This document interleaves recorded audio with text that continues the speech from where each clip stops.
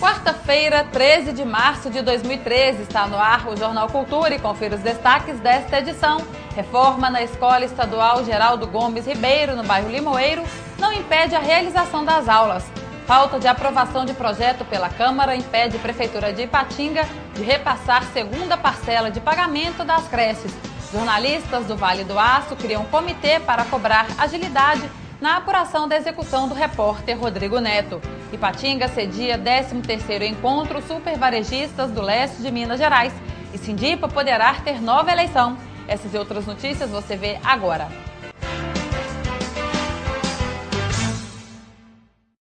Boa noite. O advogado Roberto Butter, acionado por trabalhadores que foram impedidos de votar nas eleições do Sindipa, impetrou uma ação na Secretaria da Justiça do Trabalho, em Coronel Fabriciano, na última terça-feira, dia 12, pedindo a nulidade do processo eleitoral ocorrido nos dias 14, 15 e 16 de janeiro desse ano, no Sindicato dos Trabalhadores Metalúrgicos de Ipatinga. A eleição havia sido vencida pela Chapa 2 com uma apertada diferença de 120 votos, entre os quais 7.000 votantes. Segundo o advogado, a partir de um acordo com o Ministério Público do Trabalho, a direção do sindicato impediu os trabalhadores da Fundação São Francisco Xavier, Consul e Uzipa de votar nas eleições do Sindipa, descumprindo o item 1 do artigo 4 do Estatuto da entidade. Como o número de trabalhadores impedidos de votar é maior do que a diferença entre as duas chapas, é definido pelo próprio Estatuto que novas eleições deverão ser realizadas, afirmou o advogado.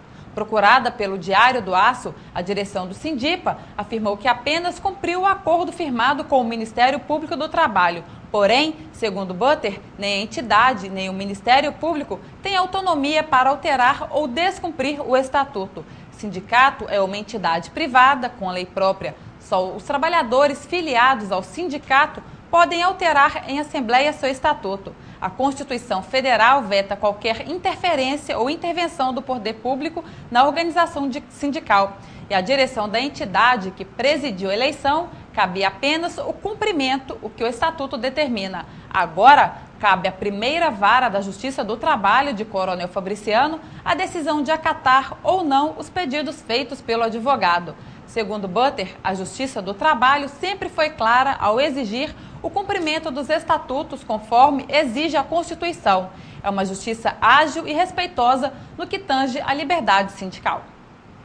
As estratégias para atender ao novo consumidor que dia a dia chega às lojas supermercadistas são o tema principal dos debates, palestras e fórum durante o 13º Encontro Varejista do Leste de Minas Gerais, o CEVAR. O evento, que acontecerá até amanhã, teve abertura oficial hoje à tarde na sede do Ipaminas, no bairro Cidade Nobre. O consumidor nosso hoje, ele é muito desenvolvido, ele viaja, ele vê pela televisão, pela internet. Então é um consumidor que tem parâmetros para comparar. Então ele vai comparar as lojas que ele conhece com as lojas que estão aqui. Se não desenvolver, ele vai preferir aqueles que já desenvolveram e naturalmente vão perder vendas se não fizer isso. Levar a pessoa para fora para treinar é mais caro, é mais difícil. Daí a importância de trazer o evento nas cidades do interior. O nosso comércio varejista, ele é fundamental para movimentar a economia da nossa cidade e isso significa que vai atrair novos empregos, que vai fomentar novos empregos, novas possibilidades de negócio para a nossa cidade. Então isso é muito importante, principalmente para mim que estou iniciando agora uma administração e onde a gente quer fomentar esse desenvolvimento econômico da nossa cidade e o comércio varejista ele é fundamental para desenvolver a cidade economicamente. Um grupo formado por representantes de todos os veículos de comunicação do Vale do Aço decidiu formalizar o Comitê Rodrigo Neto. O grupo definiu as ações conjuntas para cobrar agilidade na apuração da execução do repórter, ocorrida na madrugada do dia 8 de março. O entendimento de alguns jornalistas é que a mobilização é necessária para que se defina a autoria do crime. Eles querem evitar que o caso fique sem apuração, como foi o destino de inúmeras ocorrências de grande repercussão no Vale do Aço. Casos que o próprio jornalista cobriu e pelos quais cobrava a justiça frequentemente. Ainda não há comprovação de que sua morte esteja relacionada ao exercício profissional. O caso é apurado por um delegado e 3 investigadores do Departamento de Homicídios e de Proteção à Pessoa de Belo Horizonte. Os jornalistas definiram também um grupo de 5 profissionais que irão procurar entidades em busca de apoio e, se necessário, cobrar o esclarecimento ao governo estadual. O grupo decidiu criar um selo que será utilizado nos canais de comunicação apoiadores da causa, fazendo uma contagem regressiva do tempo gasto para apurar o caso. Uma camiseta com a foto de Rodrigo Neto será produzida para fortalecer a imagem da campanha. Também ficou estabelecido que a missa de 7º dia, em memória do jornalista, será amanhã, às 7h30 na Igreja Católica do bairro Veneza 1, localizada na Rua Campinas. E veja a seguir, reforma na Escola Estadual Geraldo Gomes Ribeiro, no bairro Limoeiro, não impede a realização das aulas.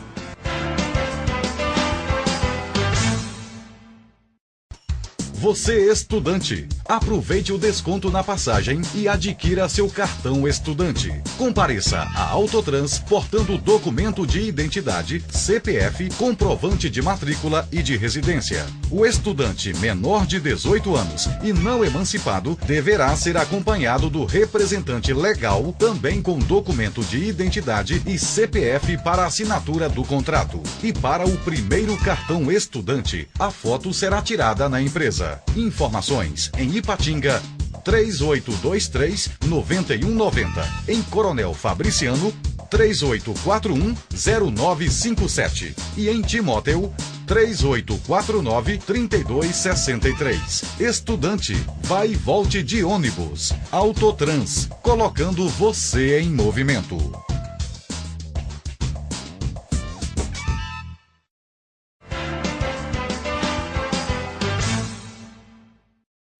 A Escola Estadual Geraldo Gomes Ribeiro, no bairro Limoeiro, está em reforma. O canteiro de obras foi montado em espaços onde alunos estão presentes, gerando lentidão no desenvolvimento do projeto, que precisou passar por várias adequações. A reforma, que começou em novembro do ano passado, deve ser concluída ainda no primeiro semestre.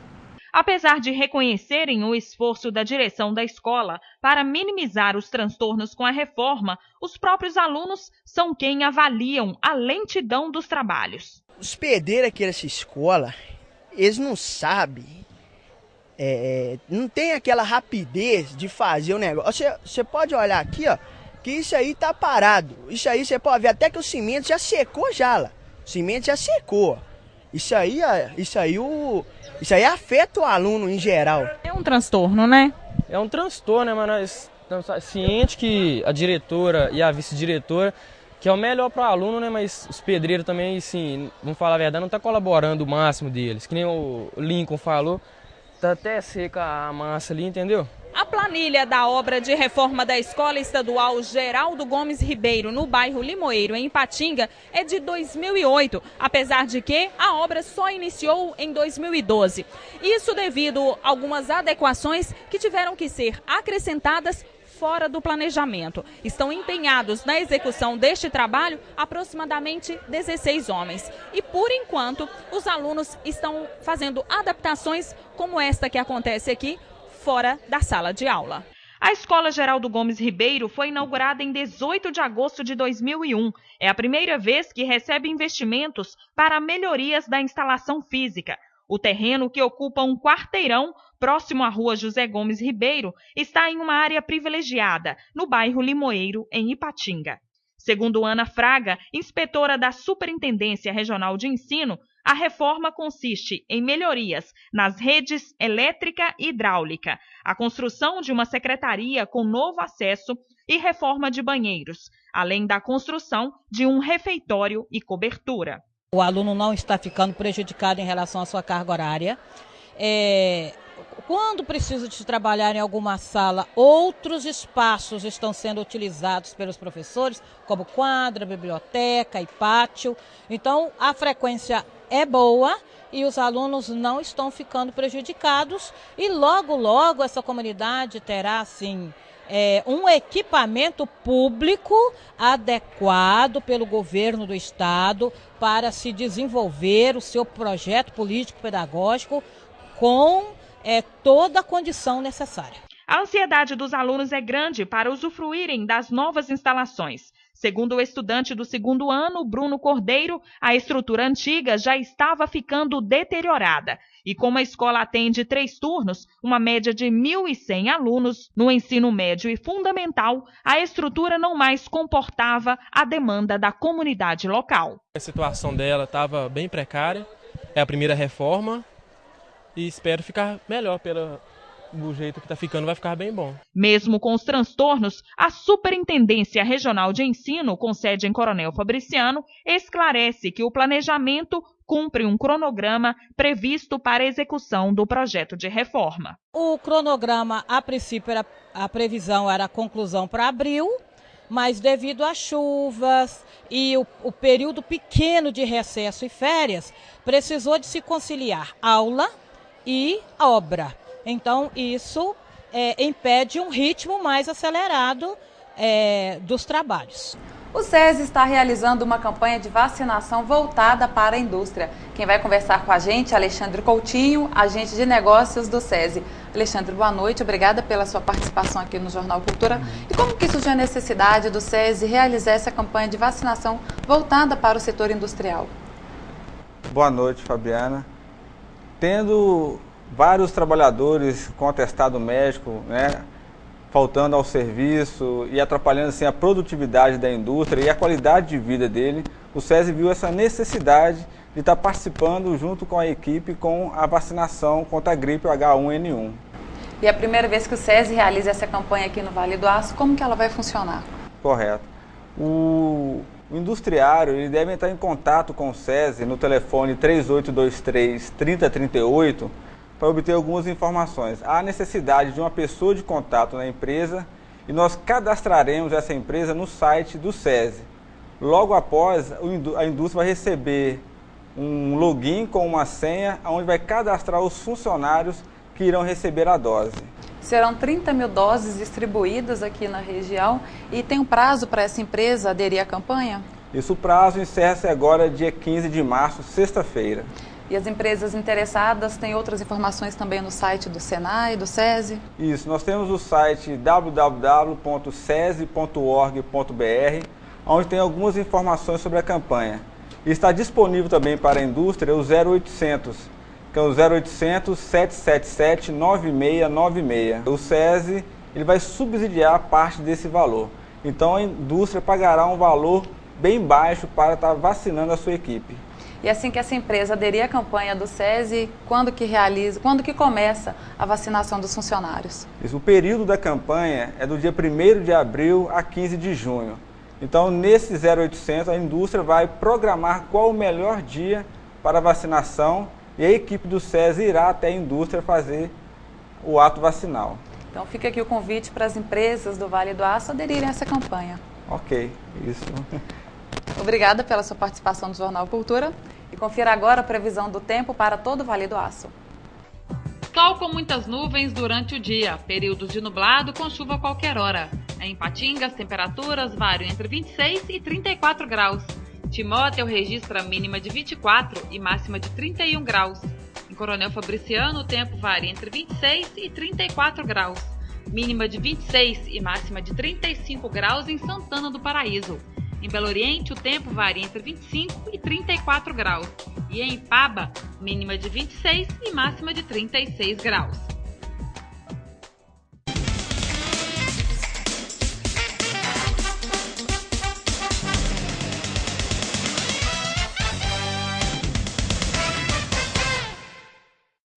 Boa noite.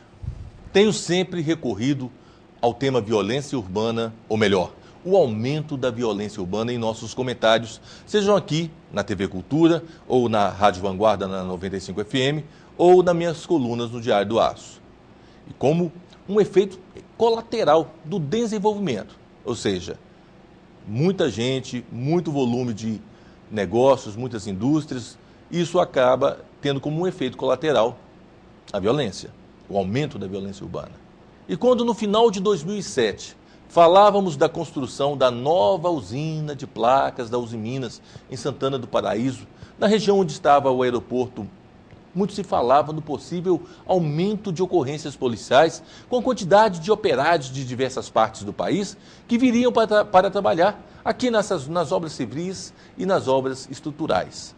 Presumimos até, conversando com empresários, enfim, mais de 5 mil homens por dia, no dia a dia da região. Por sua vez, boa parte trariam suas famílias, elevando ainda mais este número. No entanto, o projeto da construção da nova usina foi abortado. E pior que isto, nossas gigantes do aço entraram em profunda crise, como toda a siderurgia mundial, dando números expressivos ao desemprego em nossa região. Por sua vez, a falta de emprego gerou a intensificação de atividades criminosas como tráfico de drogas, violência familiar, brigas de gangues, formação de quadrilhas e até a inclusão do crime organizado em nossa região. E exemplo disto tivemos na última quinta-feira a perda de um colega de trabalho, o jornalista Rodrigo Neto, cujo maior crime foi exercer sua profissão de forma plena e corajosa. Não vou deixar de manifestar o medo que ações como esta impõem a todos nós uma postura bem mais comedida no dia a dia de nossas vidas.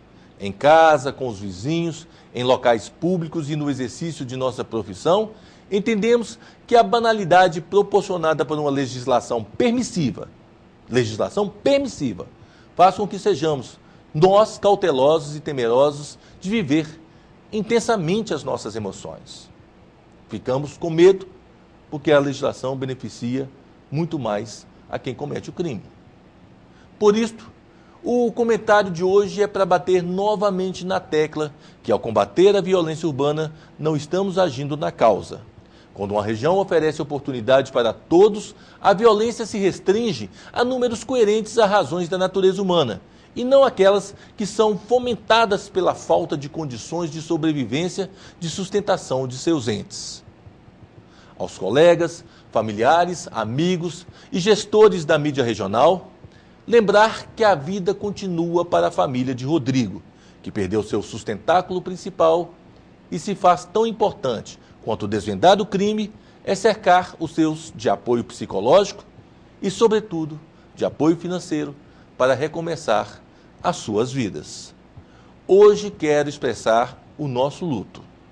Não tem dica de emprego e 1 minuto de silêncio.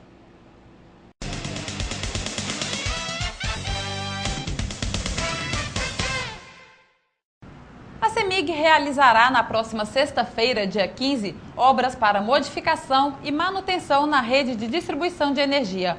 O objetivo, segundo a companhia, é assegurar a qualidade do serviço prestado aos consumidores de Timóteo. Para executar esse trabalho com segurança, o fornecimento de energia será interrompido entre 9 da manhã e 3 da tarde. Durante esse período, 6 equipes da CEMIG estarão mobilizadas para efetuar a manutenção, que prevê a troca de cabos nus por isolados, instalação de 2 transformadores, aumento da potência de um 3º transformador e realização de troca de cruzetas. Durante esse período, caso necessite de mexer na instalação elétrica interna de sua residência, o consumidor deverá desligar antes a chave geral. Confira agora os endereços que sofrerão alteração de energia.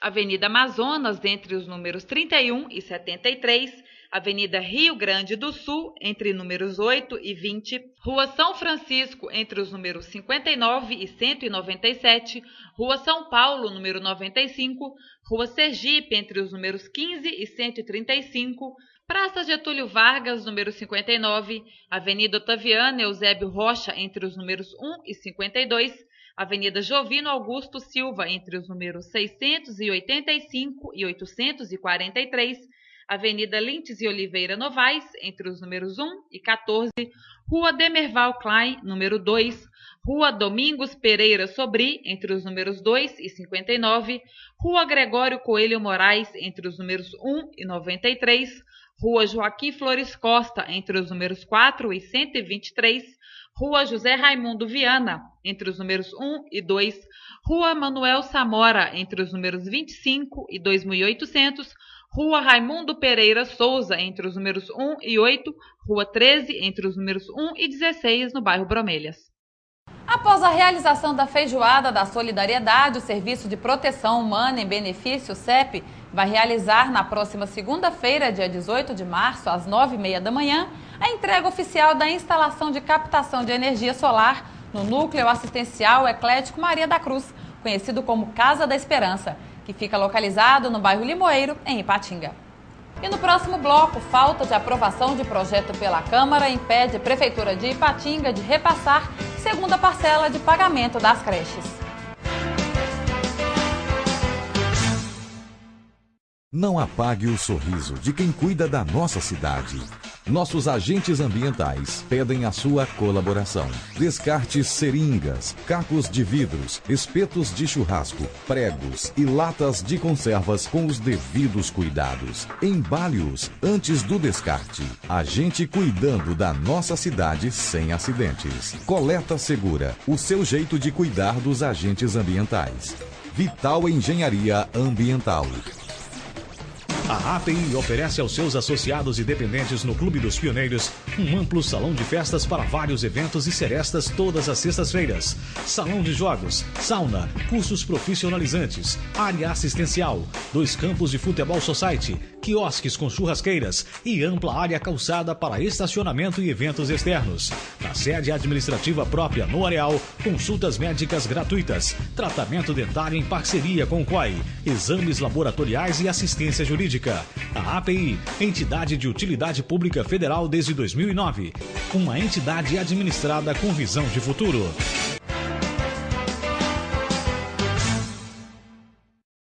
Uma telespectadora do Jornal Cultura nos enviou um e-mail alertando a população sobre os perigos dos golpes pelo telefone. Segundo a telespectadora, no último dia 7, ela recebeu um telefonema de uma mulher com suposto nome de Sandra, se passando por uma funcionária da Superintendência de Seguros Privados, SUSP. A funcionária disse que o pai da vítima teria direito a resgatar um suposto seguro feito em 1990, cujo valor seria de R$35 mil. Ao ligar para o número enviado pela suposta funcionária, a nossa telespectadora foi informada que, para receber o dinheiro, ela teria que depositar R$ 798 para custos com cartório. Diante do fato, ela percebeu que cairia em um golpe e agora alerta para que todos fiquem atentos e não caiam nessa vigarice. Em coletiva realizada hoje à tarde, o secretário de Governo da Prefeitura de Ipatinga, Antônio Pirralho, informou que a segunda parcela do pagamento das creches, marcado para o dia 15 de fevereiro, não aconteceu devido à falta de aprovação do projeto de lei 24 de 2013 pela Câmara Municipal. Segundo Pirralho, a lei autorizativa precisa ser aprovada para que o repasse possa ser feito às entidades que estão sem receber há vários meses, por motivos de atraso da administração passada. Todas as questões inerentes a esse pagamento do dia 15 foi encaminhado pelo governo municipal, à Câmara Municipal, através de projeto de lei. Os projetos de lei, por exemplo, com relação ao pagamento, a segunda parcela, a segunda parcela com as creches, chegou na Câmara em tempo hábil, foi apreciado pelas comissões, tendo voto favorável das comissões, e necessitava exclusivamente do presidente da Câmara colocar em votação. E ele teria tempo hábil também, na medida em que o prazo é até o dia 15, mas nós não sabemos por que o presidente da Câmara não colocou o projeto da lei autorizativa para pagamento da segunda parcela das creches em votação, prejudicando com isso centenas de trabalhadores e trabalhadoras que trabalham nessas entidades e, consequentemente, afetando também as nossas crianças que dependem desse serviço. De acordo com Antônio Pirralho, as entidades serão comunicadas sobre o não pagamento. A prefeita já está, inclusive, de posse da minuta desses ofícios que nós encaminharemos a essas entidades, comunicando da possibilidade de não ocorrer esse pagamento no dia 15, em função de que o presidente da Câmara não colocou o projeto em votação. O projeto de lei 20 de 2013, que autoriza a abertura de crédito adicional suplementar no valor de R$8 milhões para a área da saúde, também não foi levado em plenário para votação. O crédito suplementar à saúde se refere a atendimento à saúde por parte do Hospital Márcio Cunha, no valor, é um crédito adicional no valor de 8.850.000, que também, estranhamente, não foi colocado na pauta e não foi convocado a sessão para que também esse crédito adicional fosse votado pela Câmara Municipal. E é importante ressaltar que, através do trabalho realizado pela liderança do governo na casa, na Câmara Municipal, sente o gesto da maioria dos vereadores no sentido de votar pela aprovação desses projetos. Em conversa com a imprensa, o presidente da Câmara de Ipatinga, Lei do Trânsito, explicou por que os projetos não foram enviados para votação. No dia 4 do mês de março, foi protocolado aqui alguns projetos de autoria executiva. 2 deles, um trata de dinheiro de investimento do Estado de Minas Gerais, depositado na conta do município, que será destinado ao Hospital Márcio Cunha, onde eu recebi aqui ontem, na manhã, o Luiz e o Galinari, são pessoas que representam o Hospital, né, o Uso de Saúde e a Fundação São Francisco Xavier, pedindo que eu pudesse ter uma celeridade em relação à aprovação desses projetos, que são pouco mais de 8.850.000, que foi verba destinada pelo Estado de Minas Gerais, não é do município, é do Estado de Minas Gerais, para que seja feito alguns tipos de reformas e compra de medicamentos e equipamentos para o Márcio Cunha, a fim de dar um atendimento de melhor qualidade à população de Ipatinga. Assim garantir que esse, como os outros, irão ser votados na primeira reunião que for convocado por essa casa. E esse projeto também deu entrada dia 4/3. Fazendo uma referência de dias para entender, no dia 7 foi feita a nossa reunião extraordinária, a primeira sessão. Nós temos um prazo regimental para se convocar uma reunião de 48 horas. Então, quando ele foi protocolado aqui, no dia 4/3, tão logo recebi essa comunicação, eu nomeei uma comissão especial para avaliar esse projeto que fazia da finança com os mesmos componentes da primeira que foi designada pelo presidente. Entretanto, não havia sido ainda dado parecer naquele dia para que eu colocasse na pauta, porque uma reunião extraordinária tem que ser colocada na pauta, todos os projetos que vão ser votados, para não virar nenhuma bagunça e nenhum tipo de pressão do Poder Executivo ou de qualquer outro tipo de poder. Assim foi feito e tudo conversado com o líder de governo, com o chefe, com o secretário de governo, que é o Antônio Pirralho, né, que é o Antônio Ventura, e assim foi tratado. A Associação dos Municípios da Microrregião do Vale do Aço, a ANVA, reuniu ontem à tarde no bairro Horto os prefeitos, secretários da Habitação e Assistência Social, gerentes de convênios e gestores do Bolsa Família. O objetivo foi sanar dúvidas quanto aos programas custeados pela União através da Caixa Econômica Federal. Os técnicos da Caixa discorreram sobre o Bolsa Família, folha de pagamento, regimes próprios da Previdência Social, modernização da administração tributária, microcrédito e portal de compras. Eles também explicaram sobre os programas ligados à infraestrutura, saneamento básico, capacitação para convênios, cadastro único e habitação, Minha Casa Minha Vida. Representantes de 19 municípios participaram das atividades. Termina aqui mais uma edição do Jornal Cultura. Você pode enviar sugestões de matérias para o e-mail jornalismo@tvculturavaledoaço.com.br ou pelo telefone 3828-9000. Você também pode acessar toda a nossa programação pelo site tvculturavaledoaço.com.br. Para você, uma boa noite e até amanhã.